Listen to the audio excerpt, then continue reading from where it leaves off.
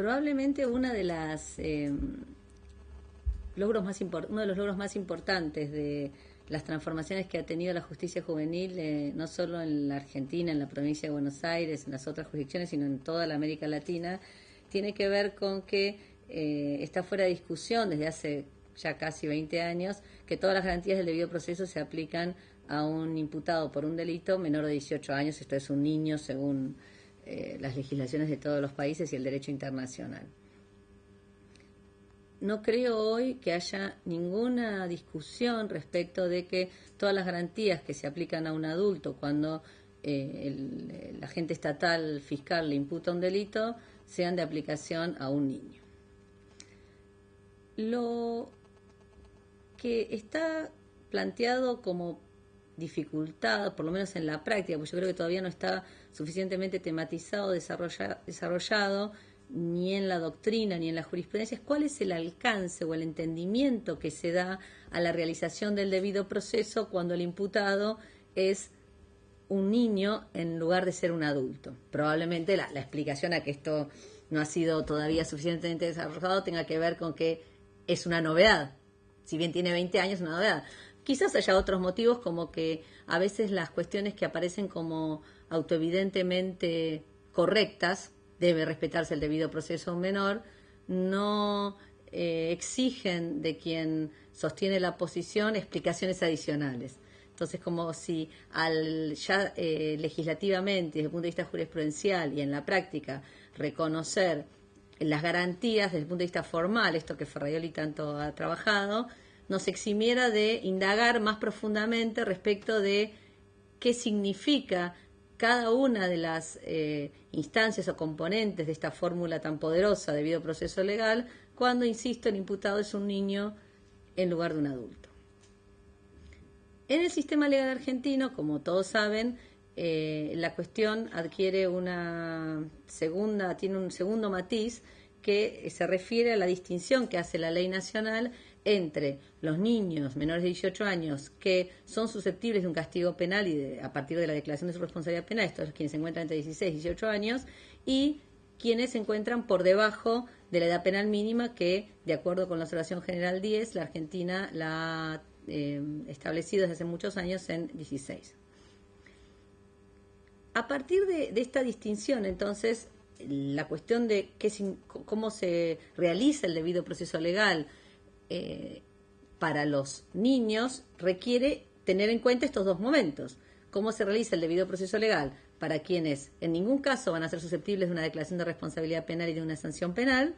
especializada, y respecto de quienes sí van a ser eventualmente, luego de un juicio, responsabilizados y sancionados de forma diferencial. La figura central en este aseguramiento del debido proceso legal es el abogado penal. Solo que cuando se trata de niños, tanto el derecho internacional como las legislaciones federal y provincial reclaman una especificidad en esta figura del asesor técnico legal del niño que está sometido a proceso, sea frente a la posibilidad, por su edad, de una sanción penal o aun cuando ni siquiera existe ese riesgo. Recordemos que hace muchas décadas, en los tiempos en los que había otra concepción del tema, la idea de que una persona, un niño, no fuera castigado conducía al salto lógico de que entonces no era necesario que nadie lo defendiera técnicamente, porque la defensa era respecto de la condena, no de una medida tuitiva. Esta era la concepción de aquellos años, pero esto, como les dije al comienzo, cambió radicalmente. Entonces, es de esta manera que se instala la figura del defensor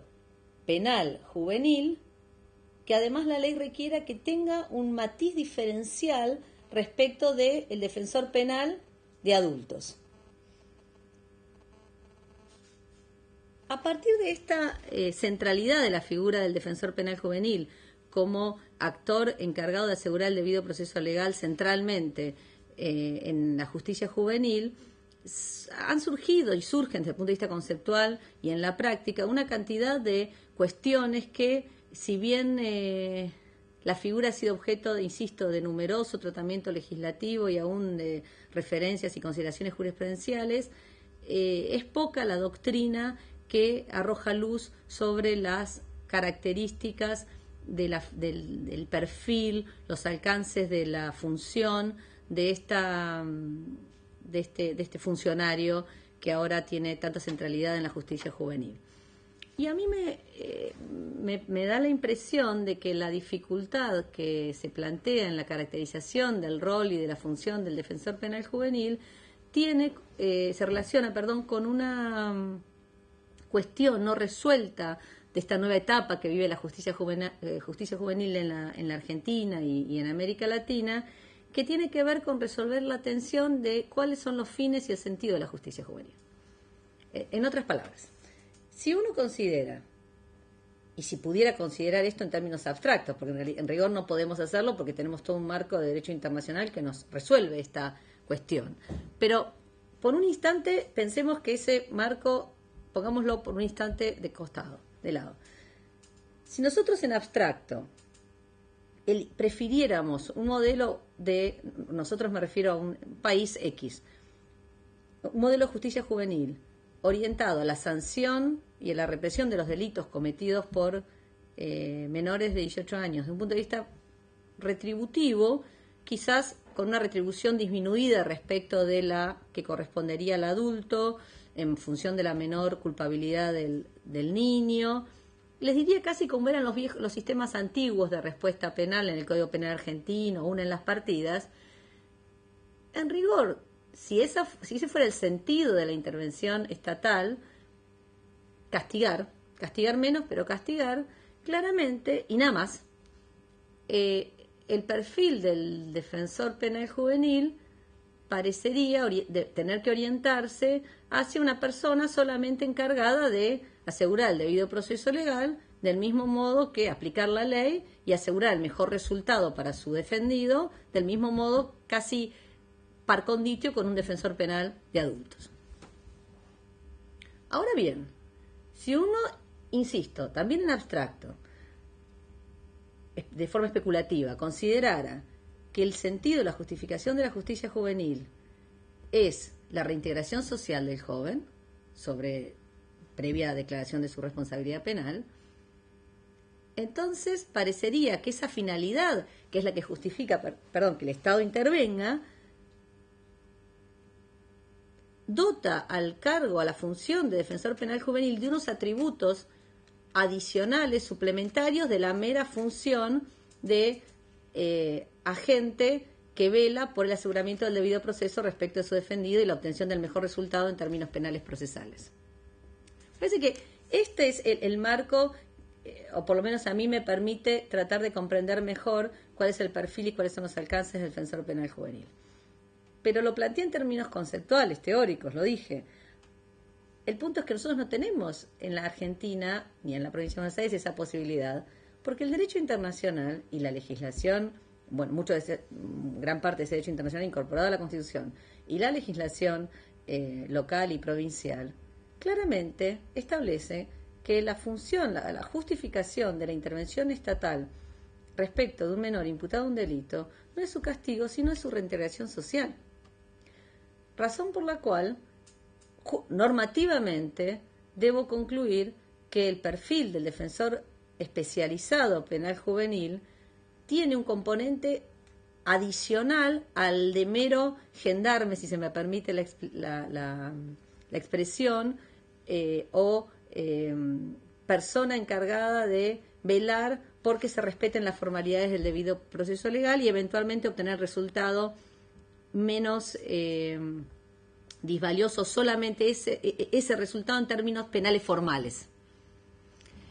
Me da la impresión de que este es el marco entonces que nos permite pensar la construcción del defensor especializado de modo que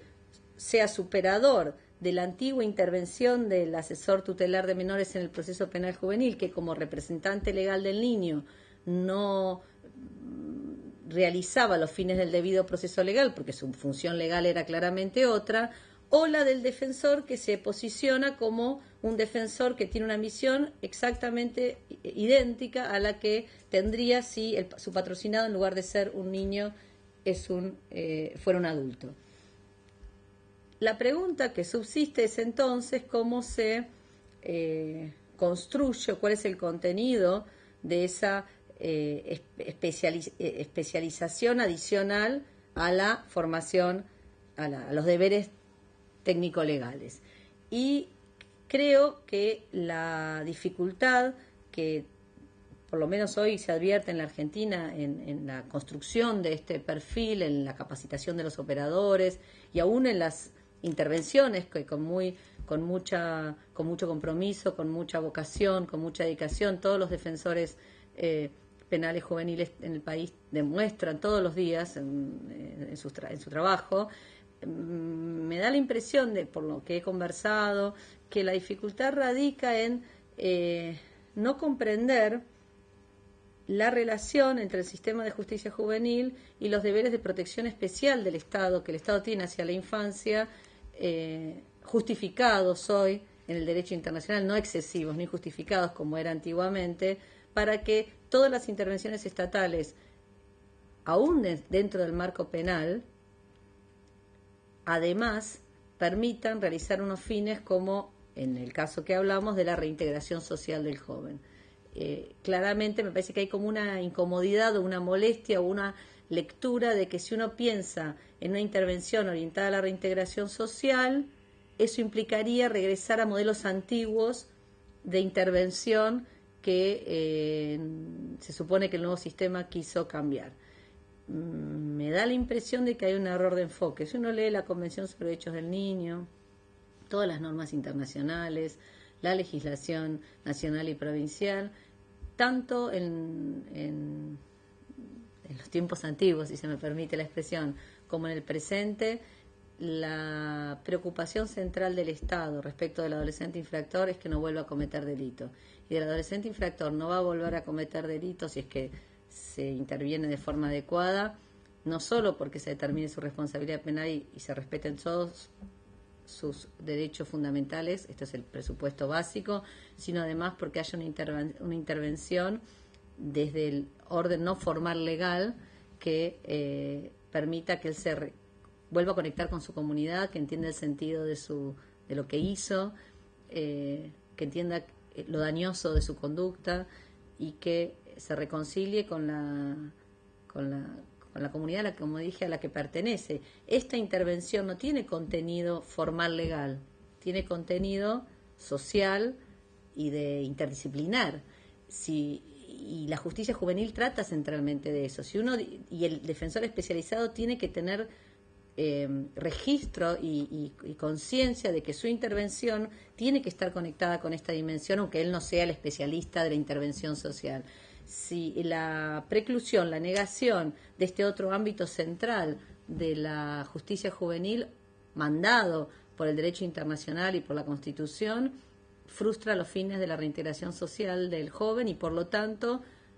distorsiona el rol del defensor penal juvenil. Me da la impresión.